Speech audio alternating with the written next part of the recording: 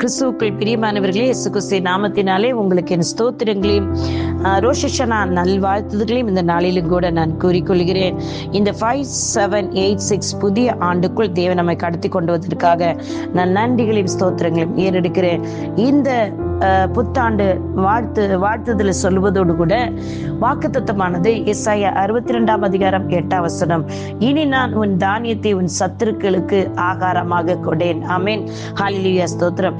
பார்த்தீர்கள் என்று சொன்னால் இந்த ஆண்டு ஒருங்கிணைப்பின் ஆண்டாக காணப்படுகிறது. இணைக்கிற திட்டத்தை அவர் நம்மளோட வைத்திருக்கிறார். ராஜ்ய ஒருங்கிணைப்புக்கு நாம் தான் இடம் கொடுக்க வேண்டும்.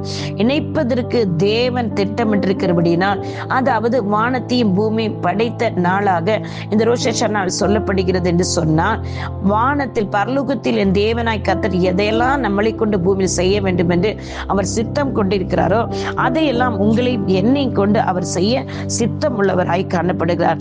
இதற்கு நீங்களும் நானும் என்ன செய்ய வேண்டும்? நாம் விசுவாசம் உள்ளவர்களும் கீழ்ப்படுதல் உள்ளவர்களாம் இருக்க வேண்டும். நாம் நம்மை விசுவாச நிலையில் உயர்த்துவதற்காக தான் தேவனாய் கர்த்தர் இந்த வாக்குத்தத்தத்தை தருகிறார். நான் உன் தானியத்தை உன் சத்துருக்களுக்கு ஆகாரமாக கொடுக்க மாட்டேன் என்று. போன ஆண்டு, அதாவது நீங்கள் பிரயாசப்பட்ட காரியங்களில் எதையெல்லாம் அந்த பிரயாசத்திற்கு பலனை உன் சத்துருக்கள் எடுத்துக்கொண்டார்களோ, இந்த ஆண்டு என் தேவனாகி கர்த்தர் நிச்சயமாக நீங்கள் கீழ்ப்படிந்து 119 சங்கீதம் 41 45 வரிகளும் பார்த்தீர்கள் என்று சொன்னால், அங்கே ரட்சிப்பும் நமக்கு ஆசீர்வாதத்தையும் கிருபையும் இரக்கத்தையும் பற்றி சொல்லப்பட்டிருக்கிறது. அதில் ஒவ்வொரு வசனங்களுக்கும் தேவனாகி கர்த்தர் எவ்வளவு அழகாக நமக்கு அந்த வசனங்கள் மூலம் ஒவ்வொரு காரியங்களும் நமக்கு தெரியுது. நான் வாசிக்கிறேன். 41வது வசனம் பார்த்தீர்கள் என்று சொன்னால், தேவனுடைய இரக்கமும் ரட்சிப்பும் நமக்கு உண்டாகிறது. 42வது வசனத்தில், நம்மளை யாரெல்லாம் கிண்டல் கேலி செய்தார்களோ அதற்கு நீங்கள் பதில் பேசுவீர்கள். 43வது வசனம், உண்மையுள்ளவராய் நாம் இருக்க வேண்டும் என்று சொல்லுகிறார். 44வது வசனத்தில், வார்த்தை என்றென்றைக்கு உங்களை விட்டு விலகாமலும் உங்கள் வாயை விட்டு விலகாமலும் உங்களை விட்டு மறந்து போகாமலும் வாயின் வார்த்தைகள் இயேசு கிறிஸ்துவின் வல்லமையுள்ள வார்த்தைகள் நிறைந்த வார்த்தைகளை இருக்க வேண்டும் சொல்லப்படுகிறது. 45, தேவனுடைய வழிகாட்டுதல் அது உங்களை சுதந்திரமாக நடக்க வைக்கும். நீங்க சத்துருவை கண்டு பயப்பட மாட்டீங்க. உங்க தானியங்களை, உங்களோட ஆசீர்வாதங்களை, உங்களோட நன்மைகளை யாரு எடுத்துக்கொண்டார்களோ அவர்கள் இந்த ஆண்டு உங்களை பின்தொடர முடியாது. அவர் தேவன் அந்த அதிகாரத்தில் சொல்லப்பட்டிருக்கிறது, ஒரு பிரயாசத்திலான ஒரு திராட்சரச அந்நிய புத்திர குடிப்பதும் இல்லை என்று கர்த்தர் தமது வலதுகரத்தின் மேல் வல்லமையுள்ள புயத்தின் மேல் ஆணையிட்டார். எனக்கு அருமையான தேவ ஜனமே, நீங்களும் நானும் இன்றைக்கு கீழ்ப்படுதும் என்று சொன்னால், நிச்சயமாக நான் ஒரே ஒரு காரியத்தை சொல்லுகிறேன். கீழ்ப்படிதல் ஒரு சுமையாக நினைக்காதீர்கள். அதை விடுதலைக்கான ஒரு பாதை என்பதை நீங்கள் எப்பவும் நினைத்துக் கொண்டு சொன்னால், நிச்சயமாக நீங்கள் எதையெல்லாம் சுமையாக சுமந்து கொண்டிருந்தீங்களோ, எதற்கெல்லாம் பயந்து நடுங்கிக் கொண்டிருந்தீங்களோ, இந்த புதிய ஆண்டில் தேவன் உங்களை கொண்டுதான் பெரிய காரியங்களை அவர் செய்ய போகிறார். ஏன் என்று சொன்னால், அவருடைய வருகை அது சீக்கிரமா இருக்கிறது. இணைப்பு என்று சொன்னாலே வானத்தையும் பூமியும் என் தேவனாகி கர்த்தர் படைத்த அதே ஒன்று சொல்லப்படுகிறது போல, இந்த ஆண்டு உங்களையும் தேவனாகிய கர்த்தருடைய வார்த்தையும் இணைக்கப்பட்டு பூமியில் அநேக ஆத்துமாக்களை அவர் ஆதாயப்படுத்த போகிறார். உங்களை கொண்டு பரலோகத்தின் சித்தங்களை பூமியில் தேவனாய் கர்த்தர் செய்ய போகிறார்.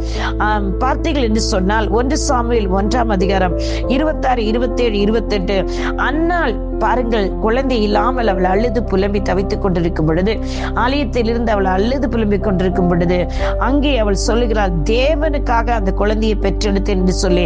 அவளுக்காக இல்லைங்க. அவள் யாரு? அவர் குழந்தை இல்லாத மலடியாக இருந்து அப்படி ஒரு பேர் பட்டத்தை வாங்கியிருந்தாலும், அவள் அந்த திட்டத்திலும் கூட, அந்த மாதிரி ஒரு பாதையில் அவள் கடந்து போன போதிலும் கூட, அவள் 28ஆம் வசனம் என்ன சொல்லுகிறார்? அவன் உயிரோடு இருக்கும் சகல நாளும் அவனை கர்த்தருக்காக ஒப்பு கொடுக்க என்று சொல்லி. இதுதானங்க பரலோகமும் பூமியும் இணைகிறது. நாம் மூலம் ஒவ்வொரு காரியத்திலும் தேவன் அவருடைய மகிமை வெளிப்படுத்தும்படி பரலோக சித்தத்தை உங்கள் மூலம் என் மூலம் செய்கிற ஆண்டுதான் இது. இங்கே அண்ணாலை வைத்து பார்த்தீர்கள் என்று சொன்னா, நான் இனி உன் தானியத்தை உன் சத்துருக்களுக்கு ஆகாரமாக கொடேன். அவர் தேவன் என்ன சொல்றார்? இவ்வளவு நாளும் உன்னை பார்த்து என்ன செய்தாங்க? உன்னைய கேவலமா புச்சமா பார்த்துட்டு இருந்தாங்க. கற்பத்தில் குழந்தை உருவாகாதபடி சத்துரு எவ்வளவு போராட்டிக்கலாம். அநேக பெண்களுக்கு, அநேக சகோதரிகள் நான் சொல்லுகிறேன். சொல்லியிருக்கிறேன். இந்த ஆண்டு கர்த்தர் உங்கள் மூலம் அவருடைய திட்டத்தை செய்ய போகிறார். அவருடைய கரம் உங்களோடு இணைந்து இந்த ஆண்டு பெரிய ஆசீர்வாதங்களை காணப்போகிறீர்கள். எனக்கு அருமையானவர்கள், இந்த எக்கால பண்டிகை என்று சொல்லும் பொழுது தேவனுடைய வருகை குறித்து தான் இது சொல்லப்படுகிறது. எக்காலம் ஊதும் பொழுது வானத்தின் மத்திய ஆகாயத்தில் இயேசு கிறிஸ்து வரப்போகிறார் சிக்கிறது. அவர் வரும்போது அந்த மணமாளன் வருகைக்கு ஆயத்தமாக நீங்களும் நானும் இருக்க வேண்டும். பிரியமானவர்கள், எக்கால பண்டிகை மட்டுமல்ல, லேவியராகமம் 23ஆம் அதிகாரத்தில் 5, 6, 7, 10 வசனங்களை வாசித்திருக்கணும்னு சொன்னா அங்கே 4 பண்டிகைகளை பற்றி சொல்லப்பட்டிருக்கிறது. ஒன்று பஸ்கா பண்டிகை, புளிப்பில்லாத அப்ப பண்டிகை, முதற் பலன் பண்டிகை, அடுத்தது என்னது பெந்தைக்கோஸ்தே பண்டிகை, இப்பொழுது எக்கால பண்டிகை. இந்த ஒவ்வொரு பண்டிகைகளுமே நம் இயேசு கிறிஸ்து குறித்து தான் சொல்லப்படுகிறது. நீங்கள் இன்றைக்கு இந்த பண்டிகைகள் எல்லாம் தேவனுக்காக, நீங்கள் தேவனுடைய பண்டிகையினால் நீங்கள் நாம் அந்த நாட்களை உபவாசம் பண்ணி ஜெபித்து கர்த்தருடைய சத்தத்துக்கு கீழ்ப்படிந்து நம்ம ஒப்பு கொடுத்து தாழ்த்துவோம் என்று சொன்னார்.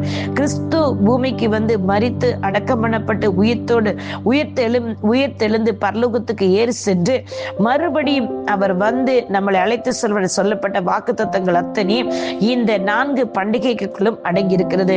பார்த்தீர்கள் என்று சொன்னால் பஸ்கா பண்டிகை என்று சொன்னாலே உங்களுக்கு தெரியும், தேவன் அந்த ஜனங்களை 10 வாதைகள் அனுப்பி வாதித்த பிறகு அங்கே ஒரு ஆட்டை அடிக்கப்பட்டு அந்த ஆட்டோட ரத்தம் நிலைக்கால் பூசப்பட்டு அந்த ஆட்டின் மாம்சத்தை அவர்கள் புசித்து, அந்த ஆட்டின் மாம்சத்தை சும்மா புசிக்க மாட்டாங்க, அதோடு கூட ஒரு அப்பத்தையும் வைந்து புசிப்பார்கள். அந்த அப்பம் தான் இயேசு கிறிஸ்துவின் சரீரத்திற்கு அடையாளமாக சொல்லப்பட்டிருக்கிறது. எனக்கு அருமையான தேவ ஜனமே, அது முதல் இயேசு கிறிஸ்துவே அந்த இடத்திலும் சொல்லப்பட்டிருக்கிறது. அடுத்தது பார்த்தீர்கள் என்று சொன்னால் இரண்டாவது புளிப்பில்லாத அப்ப பண்டிகை. இந்த புளிப்பில்லாத அப்ப பண்டிகை, புளிப்பு எதை குறிக்கிறது? பாவத்தை குறிக்கிறது. எனக்கு அருமையான தேவ ஜனமே, பஸ்கா பண்டிகைக்கு அடுத்த நாள் இந்த புளிப்பில்லாத அப்ப பண்டிகை, அதாவது வெள்ளிக்கிழமை வருகிறது. புளிப்புள்ள அப்பம் இயேசு கிறிஸ்து, புளிப்புள்ளது வந்து புளிப்பு வந்து பாவத்தை குறிக்கிறபடினா, அப்பம் இயேசு கிறிஸ்துவை குறிக்கிறபடினால் பாருங்க, இந்த புளிப்பு தேவனாய் கர்த்தர் இயேசு கிறிஸ்து மூலமாக நம் மீது இருக்கிற எல்லா பாவங்களையும் அவர் எடுத்துக் கொள்ளுகிறார். ஆமென், ஹல்லேலூயா, ஸ்தோத்திரம். இன்றைக்கு அடுத்தது பார்த்தீங்கன்னா முதற் பலன் பண்டிகை. கிறிஸ்து அடக்கம் பண்ணப்பட்டு 3ஆம் நாள் உயிரெழும்பினார். அதுதான் முதற் பலன். அந்த முதற் பலனும் இயேசு கிறிஸ்துவை தான் குறிக்கிறது. எனக்கு அருமையான தேவ ஜனமே, இன்றைக்கும் அடுத்தது பெந்தைக்கோஸ்தே பண்டிகை பார்த்தீர்கள் என்று சொன்னால் இயேசு கிறிஸ்துவின் உயிர்த்தெழுதலை குறிக்கிறது. இயேசு கிறிஸ்து உயிர்த்தெழுந்து 40 நாளும் எல்லாருக்கும் காட்சியளித்த பிறகு சீஷர்களோடு அவர் பேசி அவர் என்ன சொல்லுகிறார்? நீங்கள் காத்திருங்க, உங்களுக்கு பரிசுத்தாவின் கொடுக்கப்படும். எத்தனாவது நாள்? 50வது நாள். இது எல்லாமே இயேசு கிறிஸ்து இந்த பூமியில் இருந்த போது இந்த எல்லா பண்டிகைகளும் அவரும் இங்கு இருந்திருக்கிறார். இந்த பண்டிகைகள் நிறைவேறத்தக்க வேண்டியதாய் காணப்பட்டது. லேவியராகமத்தில் தேவனாகிய கர்த்தர் மோசேயிடத்தில் என்ன சொல்லுகிறார்? இந்த பண்டிகை திஸ்ரி மாதம் அதாவது 7ஆம் மாதம் 1ஆம் தேதி, நமக்கு செப்டம்பர் அக்டோபர், இந்த 22ஆம் தேதி தான் திஸ்ரி மாதம் 1ஆம் தேதி தொடங்கி இருக்கிறது. இதை எனக்கு ஞாபகமாக இதை செய்யுங்கள் என்று சொல்லியிருக்கிறார்.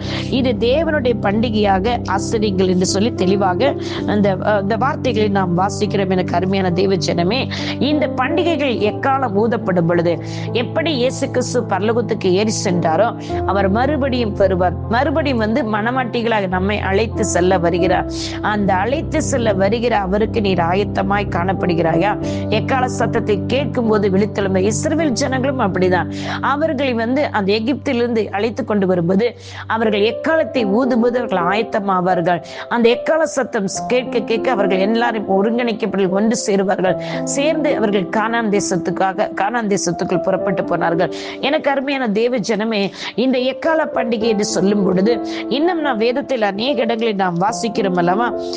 புதிய ஏற்பாட்டிலும் நாம் அதிகம் வாசிக்கிறோம். 1 கொரிந்தியர் 15ஆம் அதிகாரம் 51, 52 வசனம், எண்ணாகம் 10ஆம் அதிகாரம் 2ஆம் வசனம், அதற்கு பிறகு 1 தெசலோனிக்கேயர் 4, 13, 17 வசனங்கள். இதெல்லாம் நாம் வாசிக்கும் பொழுது பார்த்தீர்கள் என்று சொன்னால் நிச்சயமாக நீங்கள் இந்த வசனங்களை வாசிங்கள். எக்காலம் தொனிக்கும் பொழுது மரித்தோர்கள் உயிரோடு எழும்புவார்கள். இதுதான் இயேசு கிறிஸ்து உயிரோடு எழும்பி சென்றவர். அவர் வரும்பொழுது எக்கால சத்தத்தோடு தேவ தூதர்கள் எக்காலத்தை ஊதுவார்கள். அப்பொழுது அவர் வருவார், மத்திய ஆகாயத்தில் வருவார். அப்பொழுது அவருடைய மனமாட்டிகள் நாம் அவரோடு கூட போக ஆயத்தமா இருக்க வேண்டும். இஸ்ரவேல் ஜனங்கள், அதாவது இப்ரேயர்கள், யூத ஜனங்கள் மகனுக்கு, ஒரு ஆணுக்கு பெண் பார்க்க வேண்டும் என்ற, திருமணம் செய்து வைக்க வேண்டும் என்றால் அந்த பெண்ணை போய் பார்க்கும் பொழுது அந்த பெண் பிடித்து அந்த மணவாளனுக்கு பிடித்து விட்டது என்று சொன்னார். அந்த மணவாட்டிக்கு அநேக பரிசுகளை கொடுத்து விட்டு அந்த மணவாளோட தகப்பன் சொல்லுவாராம், நாம் போய் மணவாட்டிக்கு ஒரு அறையை ஆயத்தப்படுத்தி விட்டு மணவாட்டியை நாங்கள் அழைத்து செல்கிறோம் என்று சொல்லி. அப்படிதான் அந்த மணவாட்டிக்காக இந்த மணவாளோட தகப்பன் ஒரு அறையை ஆயத்தப்படுத்தி விட்டு மணவாளன் சொல்ல அவனுக்குள்ள அறை ரெடியாகிவிட்டு மணவாட்டி போய் அழைத்து வா என்று சொல்லி. அப்பொழுது மணவாளன் சொல்ல மாட்டார், நண்பர்கள் தான் சென்று அந்த மணப்பெண்ணை அழைத்து கொண்டு வருவார்கள். எனக்கு அருமையான தேவச்சனமே, அவர்கள் அழைத்து வந்த பிறகு 7 நாட்கள் அளவுக்கு அவர்கள் அதற்கு பிறகு அவங்கள திருமணம் அந்த பண்டிகைகள் அந்த நாட்களுக்குள் போய் விடுவார்கள். இதேதான் பிதாவாகிய தேவனும் இயேசு கிறிஸ்து பரலோகத்துக்கு ஏறி சென்று நமக்காக ஒரு வாசஸ்தலத்தை ஆயத்தப்படுத்தி வைத்து நான் வருவேன் என்று சொன்னார். அப்படி சென்ற இயேசு கிறிஸ்து மறுபடி வருவார், எக்கால துணியோட தூதர்களோடு கூட வருவார். அந்த வருகையின் பொழுது மணவாட்டிகளாக நீங்களும் நானும் ஆயத்தமாய் இருக்க வேண்டும். எனக்கு அருமையான தேவச்சனமே, அந்த நாட்கள் தான் இந்த நாட்களாய் காணப்படுகிறது. நிச்சயமாக பூமியில் உங்களையும் எண்ணிக் கொண்டு தேவனை கத்த ஒரு வருகைக்கு முன்ன அநேக ஜனங்களை ஆயத்தப்படுத்த ரட்சிப்புகள் நடத்த வேண்டும். அநேகர் மனம் திரும்பி இயேசு கிறிஸ்துவின் நாமத்தில் ஞானஸ்தானம் எடுக்கவும் நீங்களும் நானும் அவர்களை ஆயத்தப்படுத்த வேண்டும். எனக்கு பிரியமான தேவ ஜனமே, இதுதான் தேவன் சொல்கிறார். இதற்கு முன்பதாக நீங்கள் சுவிசேஷத்தை அறிவிக்க முடியாமல் இருந்திருக்கலாம், போராட்டத்தில், பிரச்சனையில், வேதனை, கவலை, கண்ணீர்ல போயிருக்கலாம், துயரத்துல போக்கலாம். ஆனா இந்த ஆண்டு தேவன் உங்களை அவரோட வாக்குத்தத்தங்களோடு இணைத்து உங்களை கொண்டு அந்த காரியங்களை அவர் என்ன செய்ய போகிறார்? நிறைவேற்ற போகிறார். ராஜ்யத்தை ஒருங்கிணைக்கிற பணியில உங்களை அவர் சேர்க்க போகிறார். 2 கைகளும் தேவனுடைய கரம் நம்முடைய கரம் இணைந்து, அதுதான் அதே 1 சொல்லுகிறது, வானத்தையும் பூமியும் படைத்த நாள். இந்த ரோஷ் ஹஷானா என்று சொன்னாலே வானத்தையும் பூமியும் படைத்த நாளாகும், ஆதாம் ஏவாளை உருவாக்கின நாளாகும் தான் இது சொல்லப்படுது. எனக்கு அருமையான தேவ ஜனமே, பூமியில உங்களையும் என்னை வைத்திருக்க நோக்கம் இருக்குது. தேவ திட்டங்கள், தேவ சித்தங்கள் நிறைவேறுவதற்கு தான் நாம் பார்ப்போம் என்று சொல்ல வேதத்தில் உங்கள் எல்லாருக்கும் தெரியும் அன்னாளை குறித்து. அன்னாள் சாமுவேலை பெற்றெடுத்து எதற்காக தெரியுமா? அவள் அத்தனை ஆண்டு குழந்தை இல்லாமல் இருந்தது எதற்கு தெரியுமா? பரலோக சித்தம் பூமியில் நிறைவேறுபடி, தேவ திட்டங்கள் நிறைவேறுபடிதான். 1 சாமுவேல் 1 அதிகாரம் 26, 27, 28 வசனத்தை வாசித்துகின்றார். அவன் உயிரோடு இருக்கும் சகல நாளும் அவனை கர்த்தருக்கு ஒப்பு கொடுக்கிறேன் என்று சொல்லி, தேவனுக்காக தான் அவள் மலடியா இருந்தேன், ஆனால் நான் குழந்தைய தேவ சமூகத்தில் பெற்றுக்கொள்வேன்.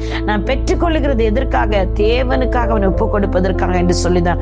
அப்போ இங்கே பார்த்தீங்கன்னு சொன்னா, இந்த வாக்கு தத்துவத்தின்படி, இனி நான் உன் தானியத்தை உன் சத்துருக்களுக்கு ஆகாரமா கூட்டி உன் பிரயாசத்தினால் உன் திராட்சரசத்தை அந்நியத்திற்கு குடிப்பதும் இல்லை என்று கர்த்தர் தமது வலதுகரத்தின் மேலும் தமது வல்லமையுள்ள புயத்தின் மேலும் ஆணையிட்டார். ஆமென், ஹல்லேலூயா, ஸ்தோத்திரம். அவர் ஆணையிட்டு சொன்ன வாக்கு தத்தங்கள் ஒவ்வொன்றும் இந்த ஆண்டு நிறைவேற போகிறது. அவர் வரப்போகிறார் என்று சொல்லி நிறைவேற போகிறது. அந்நாளை கொண்டு நிறைவேற்ற செய்த தீர்க்கதரிசியை சாமுவேலை பெற்றெடுக்க வேண்டும் என்ற திட்டமும் நிறைவேறது. உங்களோட வாழ்க்கை தேவன் எதெல்லாம் சொல்லிக்கிறாரோ, அவர் வருகை தாமதமானால் உங்களுடைய வாக்கு தத்தங்கள் எல்லாம் இந்த ஆண்டு நிறைவேறும். இனி ஒருபோதும் சத்துருக்களும் துன்மார்க்க துஷ்டனும் அசுத்தனும் உங்கள் வீட்டு வாசப்படி வருவதில்லை. 119 சங்கீதம் 41, 45 வாசித்து அதை தியானித்து பாருங்கள். அருமையான வாக்கு தத்தங்கள் இதெல்லாம். அதன்படி கர்த்தர் உங்களை ரட்சிப்பாராக, காப்பாராக, விடுவிப்பாராக, உங்களை கொண்டு ராஜாக்களுக்கு சுவிசேஷத்தை சொல்வாராக. இந்த நாட்கள் இந்த அபிஷேகத்தினால் நிரப்பப்படுவீர்களாக. கர்த்தர் உங்களை கொண்டு இந்த ஆண்டு பெரிய பெரிய காரியங்களை செய்வாராக. தேவனுடைய திட்டத்துக்குள் வந்த நீங்கள் நிச்சயமாக 6 என்று சொன்னாலே மனிதனை படைத்த நாள். என் தேவனாகிய கர்த்தர் இந்த ஆண்டு உங்களை படைத்தது நோக்கத்தை உங்களை கொண்டே நிறைவேற்ற போகிறார். சத்துரு உங்களை எதையெல்லாம் செய்ய விடாம தடுத்தானோ, உங்களுடைய ஆசீர்வாதங்களை எதெல்லாம் திருடினானோ, எதையெல்லாம் அவன் தடை செய்து வைத்தானோ, அதெல்லாம் வச்சு கர்த்தரே உங்க கரத்தோடு இணைந்து அவர் அபிஷேகம் பண்ண பிள்ளைகளை கொண்டு நிறைய காரியங்களை அவர் செய்ய போகிறார். இந்த ரோஷ் ஹஷானா நாட்கள்ல இன்னும் அதிகமாக உபவாசம் பண்ணுங்கள், ஜெபிங்க. வருகிற அடுத்த யாம் கிப்பூர் நாட்களில் நாம் செய்த பாவங்கள் எல்லாம் மன்னிக்கப்பட்டு புதிய ஆண்டுக்குள் நாம் செல்வதற்கு புதிய புஸ்தகங்கள், ஜீவ புஸ்தகங்களும் ஞாபக புஸ்தகங்கள் நம்முடைய பேரில் எழுதப்படுவதற்கு, அடுத்த ஆண்டில் உனக்கு என்ன தேவன் செய்ய வேண்டுமோ அதை அவர் எழுதுவதற்குரிய நாட்கள் வருவதற்கு முன்பதாகவே இன்னும் அதிகமாய் தேவனுக்காக ஏதாகிலும் செய்ய வேண்டும் என்று சொல்லி வைராக்கியமாய் எழும்புவீர்கள் என்று சொன்னார். நிச்சயமாக தேவன் பெரிய காரியங்கள் உங்களுக்கு செய்வார். உங்களுடைய திராட்சரசத்தையும் உங்களுடைய தானியங்களையும் சத்த கர்த்தர்களின் தொடுவதில் என்று சொல்ல உங்களுக்கு இந்த விசுவாச வார்த்தையை நான் உங்களோடு கூட பேசுகிறேன். விசுவாசிங்கள் இழந்து போனதெல்லாம் கர்த்தர் திருப்பி தருவார். அவர் உங்களையும் என்னையும் ஆகாயத்தில், மத்திய ஆகாயத்தில் தேவனாய் கர்த்தர் நம் ரகசிய வருகள் நம்மை அழைத்து கொண்டு செல்வதற்கு வருவார். நிச்சயமாக கர்த்தரோடு கூட நீங்களும் நானும் இருக்கிறதே பூமியில் உள்ள பிசாசுகளும் சாத்தானும் கண்டு நடுங்க தான் போகிறார்கள். அது நடக்கத்தான் போகுது. தேவன் பெரிய காரியங்களை நம்ம ஒவ்வொருத்தரை கொண்டு செய்ய போகிறார். கர்த்தர் தாமே உங்களை இந்த வாக்குத்தத்தத்தின் ஆசீர்வதிப்பாராக. உங்களுடைய சகோதரி வாஞ்சி Sheila Rajouri. God bless you. இந்த ஆண்டு முழுது கர்த்தர் உங்களை ஆசீர்வதிக்கட்டும். ஆமேன், ஆமேன், ஆமேன்.